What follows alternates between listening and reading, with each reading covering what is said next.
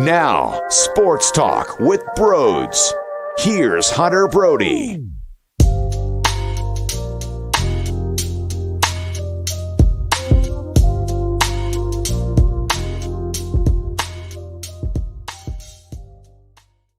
He's back! He's back! Joel Embiid just went out there concussed with one thumb, a broken face, and I don't want to hear, it was just 18 and 11, because this man dominated the entire time with his presence 36 minutes after not even being available for the last couple of games in Miami. That was outrageous, and you could feel the building. It was electricity. Those are the type of moments when you analyze Max Scherzer being like a demon, right? When competitors are on a different level and they go through a tear, it's almost as if they are possessed by an adrenaline rush, by the audacity of being the best on that specific night. And Joel Embiid was so absurd. I had the hair sticking up off of my body. Every piece of hair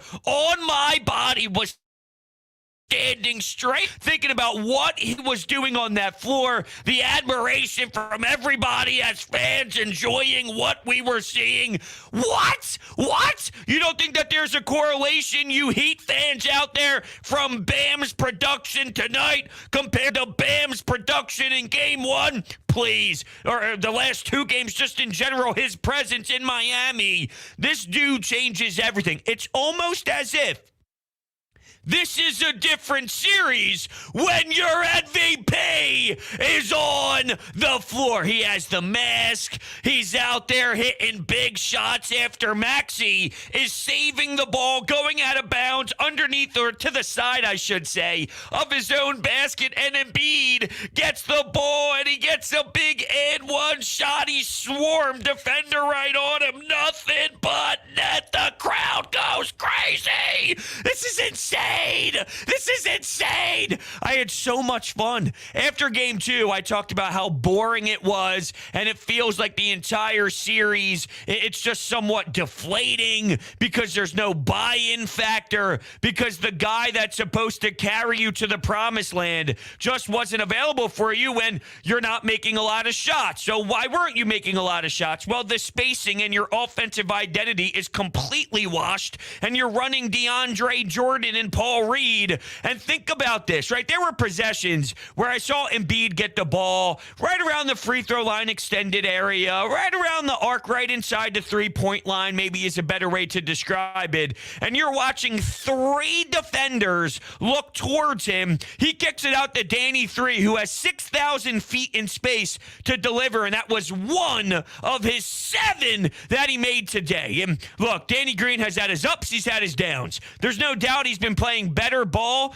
as of late compared to what we saw in the early stretches of the regular season. And he gave you an abysmal performance in Game 2. But when I look at the way that he's played in the postseason as a whole, since getting the nod to start because of where Matisse Thybulle was and him taking himself out of the series in Toronto specifically, and how that somewhat has snowballed. Even though this was the best Matisse Thybulle we've seen in quite some time, I thought some of his defensive possessions on Tyler Hero stood out, and he had some spark. Don't get me wrong, I saw some frustrating fouls from my perspective where he's bitching and complaining. I'm going, dude, what are you doing here? You can't be playing that way. I didn't love the double technical with P.J. Tucker. You could tell P.J. Tucker was looking for that, and that's his style, right? There's guys like Patrick Beverley, and P.J. Tucker is obviously a name that plays with that edge. And there was a sequence earlier in the game where he's just running through Tobias Harris and going back towards his side of the floor, and he's playing that tough card of just banging shoulders with them, and then he moved on to the next guy and did it again. Like, that's what he was up to, was trying to create some havoc and trying to create a little bit of a buzz. That's what he does, tries to get underneath of your skin. So I don't blame Matisse Thybulle. He's the one that got elbowed pretty heavily by P.J. Tucker to begin for that one double T. But the other ones, yeah, they were irritating. Look, Matisse Thybulle definitely had an impact today, where in other games we go, what is he doing? He's doing absolutely nothing. He's giving you 0 on the floor. Getting back to Danny Green, though, my point is, since getting that nod to start a lot, this guy you could see why he's on winning teams. This isn't just random. Oh, he's a winner. Oh, he's got multiple championships on different teams. Now that it's big boy ball, right? Now that it's the legitimate postseason, you're getting to that second round. Way tougher matchups than what you see in the first round. This guy, at this point of his career, too, keep in mind, when he was younger, it's a different sense. But the fact that he's able to kind of makeshift a trash season to what he's producing now, it just shows you the savvy veteran and the winning culture that's within Danny Green that has resonated throughout his other squads where they did win the championship and he was an important role to the success of those teams. So don't get me wrong. It's not like every single night you're getting 7 threes from Danny Green. There's probably, just playing the number game here, probably going to be a scenario where he gives you another 1 for 6 or 1 for 7. But who knows? Joel Embiid's presence can change all of that, and you can see a little bit more rise out of this offense as a whole. The team shot 16 for 33 from deep today. That's 48.5%. Jimmy Butler did everything he possibly could in that third frame, and don't get me wrong, got uncomfortable, right? Look, a lot of things here that you can't get wrong with, apparently, as I've mentioned that maybe 7 times already throughout this show. There were some ugly moments. One situation played out with Doc Rivers where you had Joel Embiid and James Harden on the bench. It got uncomfortable. The game was tied when James Harden picked up that foul and you brought in just Maxey as a ball handler. There were some turnovers. The possessions made me sick to my stomach. You saw the Heat make their run. But as soon as the game got tied and you lost the lead, Tyrese Maxey, who did nothing to that point, made a monster bucket, then got a big possession where he was moving with his speed in transition, kissed it off the glass, got a big bucket there. So now 5 points with the blink of an eye. And then he just went on a rage afterwards. And this is coming from a dude who's 21 years old, has an awful first half in a playoff game. And then when the game gets tied, where it's possible that it's slipping away, because someone like Jimmy Butler is exploding, he has all the answers, and he's not afraid to take the shots, and he wants the big moment. And I know that this isn't anything crazy. This is now the second time I'm going to bring up something Tyrese Maxey related after the game, but it just shows you the maturity of such a young kid. They were talking about Joel Embiid and what it was like watching him play, and when he went down, and, you know, just throughout, well, like he would go down, how are you doing, checking up on him. He goes, there's more to life than this. It's a 21-year-old kid who just had an unbelievable second half in a postseason game to keep this thing alive. When you rolled into the fourth quarter, that fourth quarter was the season. That's how much of an emphasis you have to put on what Tyrese Maxey did. Tyrese Maxey, with the entire season on the line, was a game-changing player. Just put it in that perspective, because that's reality of the situation. And then after the game, when he's answering questions after doing that in such a crucial moment, he's talking about how he just wants to make sure as a person, and when it comes to physical pain, that Joel Embiid was okay when he would hit the floor, when he did get hit in the face and things of that nature. What 21-year-old? I'll be honest with you. If that was me, I'm looking at all the Keith Pompey, what do you got for me, guy? Hey, Rich Hoffman, Derek Bodner, I'll be here all night. You want me to stay 25 minutes? I put my feet up. Whatever you need from me, guys, I'll answer all night long. Oh, jeez. You know what? I thought I did excellent, Derek. Thank you so much for asking. Yeah, D-line him. You like that third three? Did you like the second three? Which three was your favorite? How about I ask you guys some questions? Yeah, he's checking in on Joel Embiid. Oh, man. This kid's a treasure. Joel Embiid is a treasure. I will never forget this performance. And whatever happens moving forward, sheesh. If it is the ultimate goal of going down 2-0, Embiid returns, he wears a mask, they get out of the second round to get to the Eastern Conference Finals, that would be outrageous. Not even multiply this by 10 or 12. I would multiply this feeling by 1 billion. But looking at this game, his first game back and him touching the floor with that mask on, something I'll never forget. It is an iconic playoff performance to be battling that.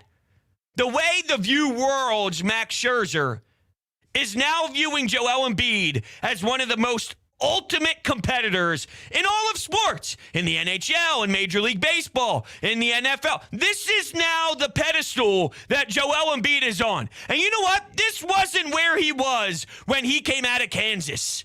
This isn't where he was in the beginning stages of his career. But he grew up, he developed, he took big steps, he took big strides, not only physically, but mentally. What do I need to do so I can get to the level of LeBron, so I can get to the level of Kevin Durant, so I can get to the level of Kobe Bryant? We hated it. We despised it. Not me, but a lot of the fan base when he openly admitted, I watch film on ball handlers. I watch Kevin Durant. I want to do that. That's my game. I can't believe this. I actually heard a couple days ago a caller call into Sports Talk Radio and demand that Embiid gets on the low block more whenever he gets healthy. What the fuck is wrong with you?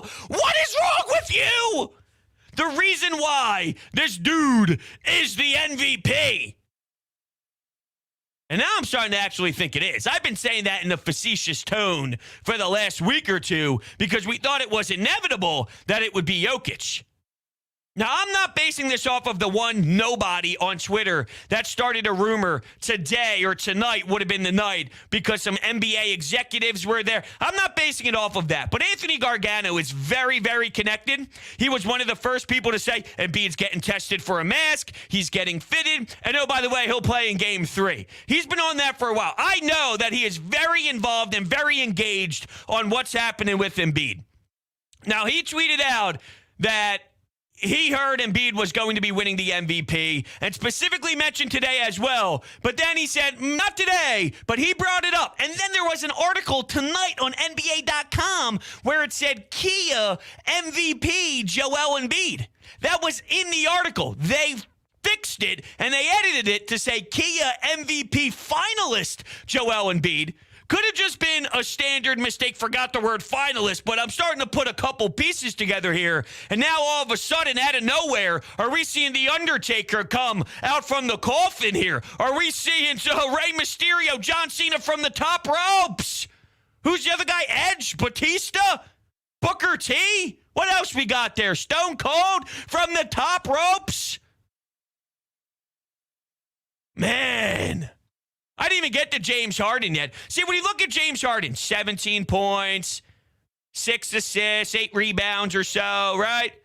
It's nothing that's flashy. And this is why the James Harden experience is a little wonky. He dominated this game as a point guard, but nothing really tells you that other than the plus minus. Let's not just forget that he was a team high plus 27. He exposed point guards in general when it comes to, hey, this is how it's done. He professionally set some things up. Some tough turnovers, ones he would like to have back, but he put it on display on how to professionally get everybody involved. And that's why I saw a fantastic piece, and I heard Rich Hoffman talking about this on The Fanatic too, which is when you look at James Harden without Joel Embiid, it's kind of irrelevant. People demanding him to give you 30, demanding him to will you to wins.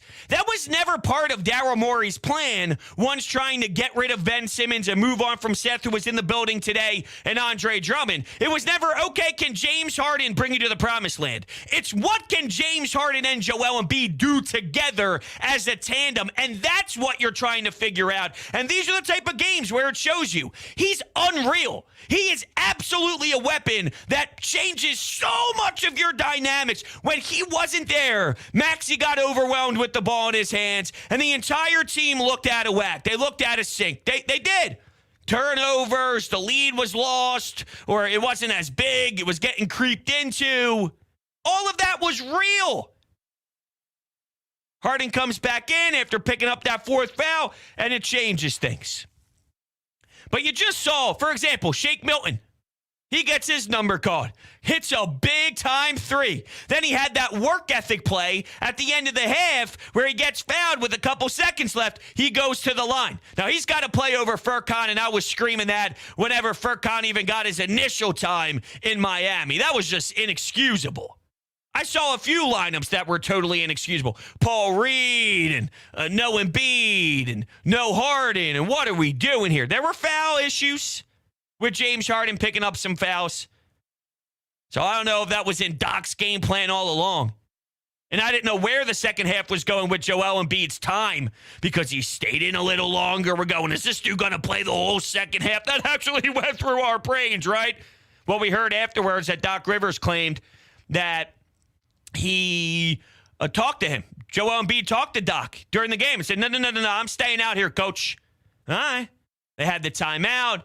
If they needed to utilize it because they saw some things with Embiid that maybe they wanted to go in another direction. Oh, that was the thought process at that moment in the game. And, they pushed the right buttons there all along. They won with some Paul Reed minutes, and I'm just so proud of how a lot of these guys have up. So Tobias, he fouled out, and he didn't have one of his best shooting nights, but I thought he was really good passing. I thought he had a lot of times where he was seeing the floor well and got everybody else involved. And it might not pop right in your face, but Joel Embiid just standing there changes all of it. The fact that he's in the paint area, he's out by the perimeter, all of the attention defensively for Miami now is on him, which then just gets your team in certain areas with that much more room to operate. So the Sixers could have made some of those looks that they had in those previous outings against Miami. They shot so disgustingly pathetic. They could have made more of those. I also don't think that it's out of base here and out of touch to see them have a better shooting night when the presence of the MVP is now here, even if he's not the one necessarily scoring. We almost feel like these athletes are robots, right? Let's be honest with ourselves. We watch these guys play. I don't know if we have truly digested what exactly Embiid just experienced, what exactly he went. This man was concussed, and the last we heard during a sideline report is it was so horrific that he couldn't even look at his phone because the light was hurting him. His face was in pain by looking at the screen of his technology handheld device, and then he goes and plays an NBA playoff game with one thumb when he hasn't been on the floor in how long playing legitimate play? And oh, by the way, he's now wearing a mask that I'm sure isn't very comfortable. And he just casually waxes the Miami Heat. This game wasn't close. The Sixers dominated them once they got themselves back out of the funk of some foul problems with Harden. Like, here goes Maxey after that first half of bad play, and he was on a whole new storm. It was crazy. It was crazy, those threes that were draining. And the building all day long leading up to that final buzzer was something to be proud of. It's one of those, I love the fact that I grew up here, that I grew up in this area, and this is what I get to experience as a sports fan. I think about that all the time when I'm driving over the bridge. I'm looking at the city. I'm looking at the skyline. It's like, I could have grew up in Nebraska.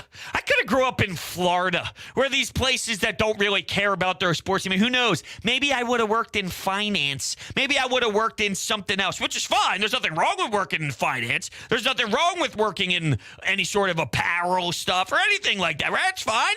Make that bread. It don't matter how you do it. Get that shit in your bank account and let's go. Get tatted up. Get some nice clothes. Buy some Jordan 3s. Whatever it is. Get some dunks. Although dunks are brutal and it's so overhyped. So pathetically overhyped by the TikTok world. Those things crease within 2 seconds. Everybody's got the panda dunks now and it's not even a good look anymore. But I digress. Hearing, seeing the fans and all of it, I just admired being where I'm from and doing what I do and having the goosebumps roll through the back of my neck because Embiid just gets it. And we're experiencing a Brian Dawkins, an Allen Iverson, a Jason Kelsey, and we're in the prime of that. Sometimes you don't realize what you have until it's all over. And that's not to say that people didn't enjoy Allen Iverson's greatness in his prime and what he was able to do with tearing apart this league in the, in an 0-1 finals run and all that. We totally get it. And in basketball, it's a little different because one man being so dominant is different than, let's say, a Jason Kelsey at center or something along those lines. Basketball, one guy, as flashy as it is, it's a little bit more noticeable and sexy to the eyes, a little bit more appealing than some other positions in other sports outside of, let's say, the quarterback position. But even a Donovan McNabb, a Claude Drew, there's a lot of athletes that don't get the respect that they deserve. Not that everyone is on the level of Embiid or Dawkins. I'm not saying that everyone deserves to be on that level either, because there's a reason why they are as high as they are. And sort of like the Hall of Fame, if it was up to me, I'm not putting everyone there. So McNabb, Jerome, they're probably in a tier underneath. I want it to be a special grouping and an unreal grouping that's very rare and very difficult to get to. It's not easy access. It takes a lot. But Embiid, speaking of how hard it is to get in this tier that I'm referencing, knowing that Embiid is going to be in it, no doubt, it's a lock, automatic, absolutely. The fact that we're experiencing this, it's that moment of time where you just nod your head. Yeah, yes, as he goes to the line and he does the good old suck it gesture. That's outstanding, isn't it? We will go to the phone so I can hear from you all out there at 856-442-9805. Before we do, though, guys, we have a new partner here, and it's one that we've been wanting for a long time now. Freestone Farm CBD. It's my favorite CBD brand because they farm it themselves with all organic inputs, and they offer only the highest quality genetics in their strains and extracts. I've tried a lot of different brands, but honestly, Freestone Farm CBD has been amazing for me. I personally like using it after I work out for regular post-workout feel, and I also like it before bed as I've personally been sleeping better at night. What's even more exciting, our friends at Freestone Farms just unveiled an all-new strain menu with some awesome CBD at really reasonable prices. Just check out their tropical tasting Bayox that clocks in at 24.1% CBD. All of their premium hemp flower is grown on their Garden State farm with all organic inputs and IPM. Absolutely nothing synthetic from farm to jar. On top of that, use promo code BROADS for 20% off at checkout at freestonefarmcbd.com. The link is down below in the description. So make sure you check that out. And we will start our first caller as we go to the phones with Amadeo. Yo, Amadeo, how are you feeling right now? Joel Embiid, I compare him to Triple H because he's coming out with a sledgehammer and he's going out for blood against the Miami Heat and shutting them down. I love that. Yeah, you're absolutely right. He looks so motivated, so determined, and it's even more. It's even extra from what we're actually used to, which is still a magnificent amount. But knowing all the things that he's battling through to show his toughness and will and determination, it's like he's double the motivated, and that's scary to think about if you're on the other side. Oh, definitely. And I want no more Joel Embiid slander because of all this, like what you said, what this guy is going through. Broke an orbital bone fracture, concussion, torn ligaments in his thumb, and he's still going out there and doing his thing. And it's just absolutely amazing to see. And also for Tyrese Maxey, too. Did you remember that one moment during the game where you saw that one little clip second of James Harden, like, going at Tyrese Maxey, like, yelling during one of the fouls? Yes. I think that probably woke Tyrese Maxey up a little bit. I think James Harden got him awoken. That's an excellent point, Amadeo. I love the fact that you brought that up. Thank you for calling in. Absolutely. And that goes to show what I was saying earlier just about him on a personal level with his teammates. There's something about him just being a sponge. That was the word that has been utilized all season long about his growth and his willingness to learn in this league. And he's so damn motivated. It's not just Joel Embiid, but the fact that Maxey, who's already special when it comes to his approach to the game, and now he gets to learn from from someone who is at the top of the top of the top. And maybe I'm reaching a little bit. I can't say full circle here and for certain that this is absolutely the case because, one, Seth Curry was a part of the 76ers, so maybe it's just as simple as that. Two, Doc Rivers and him are family, so you get to see a good game. You're sitting next to the super fan there, courtside. Maybe it's just not only he was a part of this organization, but he wants to show support to his family as well. But I wonder, because you talk about Joel Embiid slander, and of course, the Jokic fans are idiots, and they don't give him the proper respect, and there's a lot of people out there that disrespect Joel Embiid. Is there something, and I'm acknowledging that this could possibly be a reach, but is there something with Donovan Mitchell in the house, Seth Curry in the house? They want to see this dog go out there and show up and play. They are there because of how fucking unbelievable Joel Embiid is, that even other stars in this league and other players in this league are willing to, after not being in the playoffs anymore, come to Philadelphia to watch this guy play live and enjoy that. Now, I'm sure there's more to it. Maybe their boys, Jimmy Butler, they got some teams on the other side, friends on the other side, on both teams. They just love NBA basketball, right? There's a lot of factors involved, I'm sure. But I mean, they're not in other cities right now. They're not in other areas. They're here watching Joel Embiid. I think Joel Embiid has that level of respect and is highly regarded by peers. Not that I needed this for me to see that. But other players don't go to every single NBA playoff game. Not all the time. We were upset when Dwight Howard did it. When they lost to the Atlanta Hawks, he's sitting at the Atlanta Hawks game as if nothing happened. That's a tough look. That's a bad look. It's a little different of a circumstance, though, to be fair. It's not like the Nets lost to the Sixers and then Seth Curry sitting courtside, or the Utah Jazz lost to the Sixers and Donovan Mitchell. Well, that wouldn't even make sense because of the Western Conference, but you get my point. I think it says where Joel Embiid is at, where 4 years ago is somebody doing that, making that decision? Probably not. Let's take our next caller. Hello, good evening. You are on Broads Media. What up, bros? It is Cody from Montana, longtime listener and first-time caller. Thank you for having me on. Well, thank you for calling. You said from Montana? Yes, sir. Awesome. And I just have to start out. I'm a little disappointed in you, bros. I felt like after Game 2, you were really dejected and had almost given up on this team and just forgot how amazing Joel Embiid is as a talent even after coming off injury. And I have to give a huge shout out to Danny Green for just stepping up huge tonight. I feel like what we were really missing with Embiid out was just that emotional leadership. That's what he really brings to the table aside from his defensive and his offensive skill set. It's that leadership that he brings. Absolutely. James Harden, as good as he is, he's not our leader. So to ask him to lead the team was just unrealistic.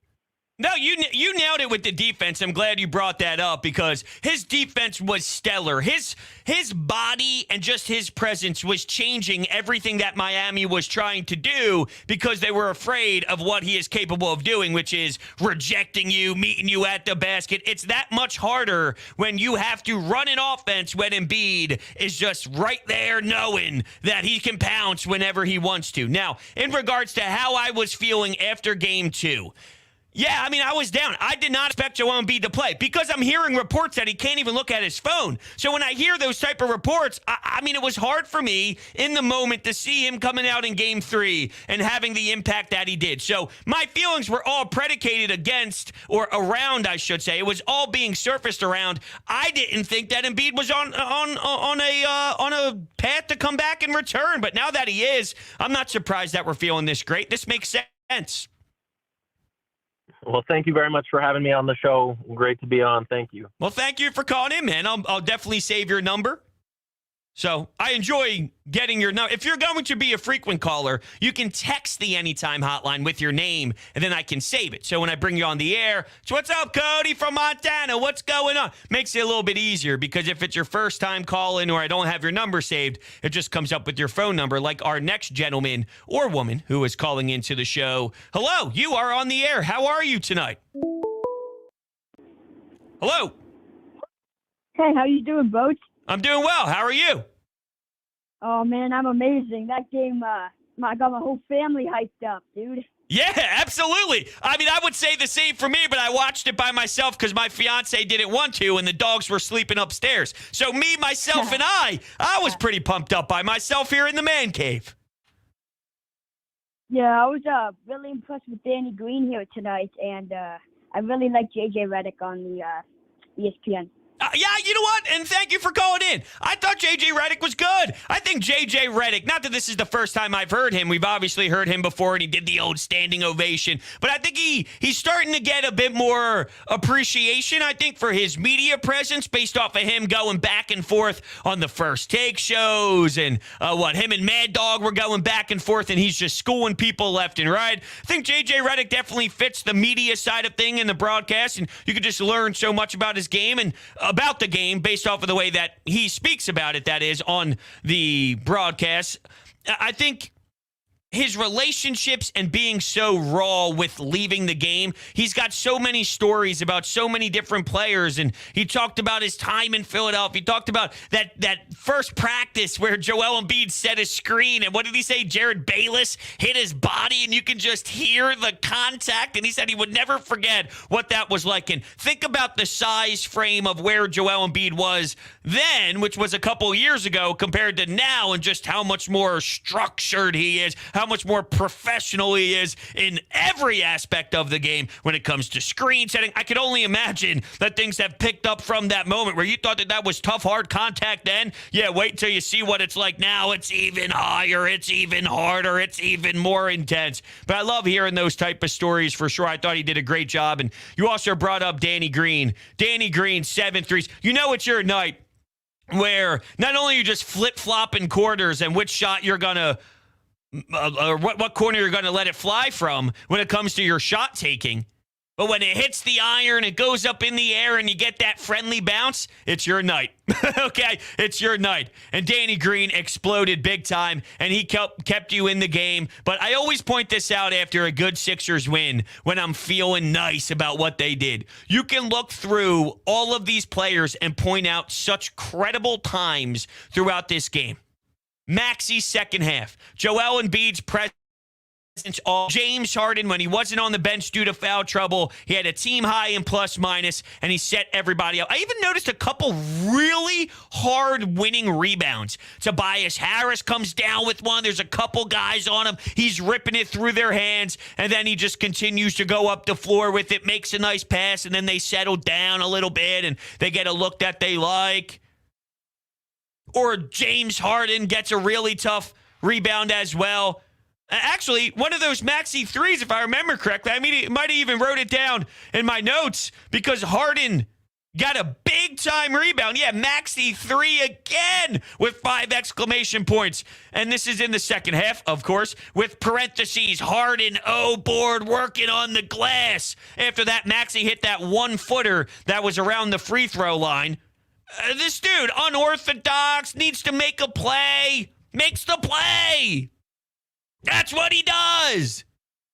If he's got to make... No! Why do I do? That's the wrong one! I got this soundboard over here. Sometimes my hands hit it because I talk with my hands a lot. I hit that when speaking about Maxey. That's bad by me. What else do we got on here? Maybe we can fix this. I don't know. I don't even know what the options are. Nope, that's not good. Nope.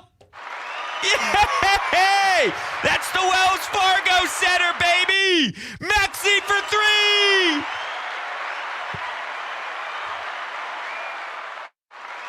Okay, maybe we can work with that. PJ Tucker. PJ Tucker, by the way, looking at some of my notes. Oh, man, that airball 3, huh? You're going to talk that shit. You're going to play that game. You're going to get a look from the corner, and you're going to hit me with an airball? Dude.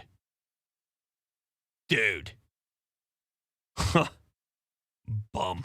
Let's go to Jimmy. He's not a bum. What's up, Jimmy? What's up, bro? So I'm so happy that for the first time in a few days or a few weeks, even I can actually call it in after a happy night, after a good win. I mean, what can we possibly say about Embiid that hasn't been said? I mean, that has to be one of the most courageous and gutsy performances I can ever remember from any player. I mean, the guy is playing with one hand, essentially, a broken face. And I don't want to hear anyone say that, oh, he's soft ever again, because that's the kind of moment that when he's eventually having his name in number 21 in the rafters of Wells Fargo Center eventually, that's going to be one of the first moments that we think about. Yeah, I don't think people are going to keep calling him soft. There were times earlier in his career, to be fair, that he was labeled fragile and he can't stay healthy. And, I mean, right now he is battling through these injuries, but getting hit the way Pascal Siakam hit him in the thumb isn't something that's really his fault. But when it comes to the national media attention on what Joel Embiid did, see, we're in it, right? We're involved. We're in the trenches. We're digesting so much local news and so many beat reporters locally that no matter what's being said nationally, we're invested into this, so it's a different vibe. But if we take a step back and we remove ourselves from the nonstop Philadelphia action and we look more from what the national media perspective is talking about, this Joel Embiid performance is really, really heavily being talked about on what exactly he just went through and what he battled through, which, you know, not that I need him to get respect because I don't care what national media people say. It doesn't really bother me too much. I don't waste too much time with it anymore. Maybe previously in my career and previously as a sports fan, I would take that and run with it a little bit. It definitely has died out for me, but nationally, after this performance and how gutsy it was, what he was battling with, concussion, thumb, and the mask, yeah, it is getting a lot of recognition as it should. Yeah, as it should. And you know, like I feel like he's added a whole new dimension to this series, and the fact that I think someone called him Triple H earlier. I see it more as like the Undertaker coming back from the dead to haunt the Heat or something, because now this is a series, and I guarantee you, a lot of Miami Heat fans would probably say, "Oh, we still got this. We would have beaten him in 5 games. Beaten you in 5 games, even with him." I guarantee you, secretly, they're shaking in their boots right now because they got smacked tonight and they couldn't do anything on offense because of Embiid for the most part. I love that you just said that, Jimmy, because where I was about to go was I saw some reaction from Miami Heat fans on Miami Heat social media and trying to clap back at me and my mentions. And what they would say is, we just didn't make our shots. We're not going to shoot that poorly again. And look how many points they scored in the first half. It was such an embarrassment. There's no way that's going to happen again. And they probably will score more points in the next game. On Sunday night, Mother's Day, Miami Heat in town again. Yeah, they're probably going to score more points in the first half. Don't get me wrong. I also think you're discrediting Joel Embiid's body, because there's a correlation. Oh, there's a correlation. This is arguably, not in my eyes, but arguably, in a general sense, the most valuable player in the National Basketball Association. It is 1,000% a correlation between why the Heat struggled, why they look so bad, and why the Sixers look differently tonight than they did in the first 2 games. It was more than you're at home, so the fans are behind you, and it's tougher for the Heat to play on the road, so that's why it happened. No, that's not why. That's not why. At that point, you're slapping Joel Embiid in the face, and you're not giving him the respect that he deserves on how he changes this entire franchise. It's pretty damn wild to think about it. And you could do research. If you remove Luka, and sure, they won a basketball game without him in there. But long term, if you take away a team's best player, they're obviously going to take a big dip, and they won't be even close to the same tier of a basketball team, and they'll have their struggles, no doubt. But with the Sixers, based off of some of their bench players and how thin they are, where guys like Shake Milton, look, Duncan Robinson would be the Sixers' 6th man. Duncan Robinson would play some significant serious minutes with the Sixers. Those type of guys don't even play for the Miami Heat. So they are super thin. The Shake Miltons, the Furkan Korkmaz, these guys got some actual real run when you talk about the rotations being out of whack and Paul Reed and DeAndre Jordan and Matisse Thybulle's irrelevant. Joel Embiid being out there makes Matisse Thybulle a better basketball player, a more relevant basketball player, because his deficiencies now offensively, which are still a problem, are not as much of a problem. And then how it looks so much different. It's crazy. He had bad games when he returned to play in Philadelphia in that Raptors series, and Embiid was out there. So it's not just that, which changes everything with Matisse Thybulle. But there's clearly legitimacy to the attention that Joel Embiid draws, which even if it's a centimeter of space in the NBA could go a long way when you're looking at some half-court sets. And you even saw James Harden drive, and then he would dump it off to Matisse Thybulle, sitting there from the dunker spot. He had a nice little, how do you do, a nice little shot that went in. Harden, though, drove early to the basket. I was pleasantly surprised. I didn't know if his hamstrings could still do that. I didn't know if he had that in his bag of tricks. He sure did. He kept attacking, he kept attacking, he kept attacking. So he could do it. It's not impossible. But at the end of the day, you look at the box score, and what do you see? 17 points, 6 assists. It's not anything overwhelming. So that's why this James Harden thing, it's so hard to put a number on. Well, we need him to score more. We need him to do that. He needs to facilitate the game and run the floor professionally. That's what he needs to do. And it was never about, can James Harden do it alone? That narrative's silly to me. It's stupid. It's dumb. It's not needed because it's irrelevant if James Harden can do it alone or not. That's not part of the equation right now. It's when Joel Embiid is healthy, what are they like together? That's really the question. If you're relying on James Harden to do it alone, well, then you're not going to do it. You're not going to do it. No, you won't be able to do it. And that's okay. There's not many guys alone that can do it. Really. Kevin Durant had Kyrie. He couldn't get out of the first round, couldn't win a damn game. He had his success with who? Golden State. Had some help, and that's okay. It's no knock on KD. KD's one of the best players in the league right now. But it's okay to say he needs some help. Embiid needs some help. Embiid needs some help. He needs Harden too. Now you have a better shot alone with Embiid. And who knows, I wouldn't rule it past him at this point if he could do it alone. But it's okay to say that. And you don't need to put all the pressure on Harden to be the guy to take this franchise alone somewhere. Because that was never in the cards. That was never the game plan. That's foolish. Now looking at the finishing stat line for Harden, 17, 6, and 8. 1 for 7 from 3. The 3 is what really hurts you. That's the most noticeable. Sometimes it's not being able to break down a defender, especially one that he should cook, and he cooked in years past when it comes to mismatches in size. So sometimes it's very glaring, but really it's the three-point shooting. I don't feel comfortable when he dribble, step backs. In years past, you go, splash. You put up the 3. Maybe you hit the side of your head with a little bit of a dagger. Those were the type of reactions you would have when it went down before he even released the shot. Now I'm thinking brick, and until proven otherwise, I don't have that type of celebration by any means. It's so hard numerically to describe James Harden because he could have a 17, 6, and 8 night, and it could be horrible. It could feel pathetic. It could feel bad. Like, that wasn't good enough. We need way more from him. 4 for 11. Right? You look at the 4 for 11, 1 for 7 from 3, 17.6 assists. Sometimes the same exact stat sheet can make you feel miserable about what James Harden brought to the table. But then you see him here, and it's night and day. Crazy. Maxey, second half, on fire. That save. That save was crazy. And the eruption from the crowd, it was absurd.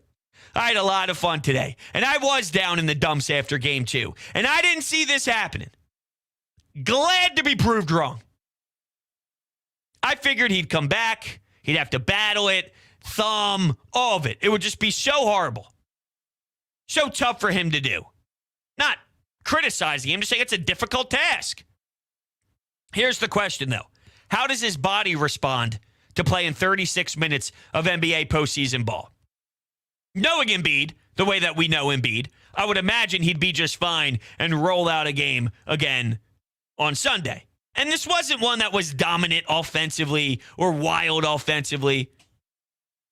Did a few things that, yes, the big and one after the Maxey save. He did his things for sure. Occasionally. We're accustomed to a lot more. The question is, though, how does his body respond to this? Physically and mentally. Because he was concussed in concussion protocol, at least, 3 hours before tip-off? 2 hours before tip-off?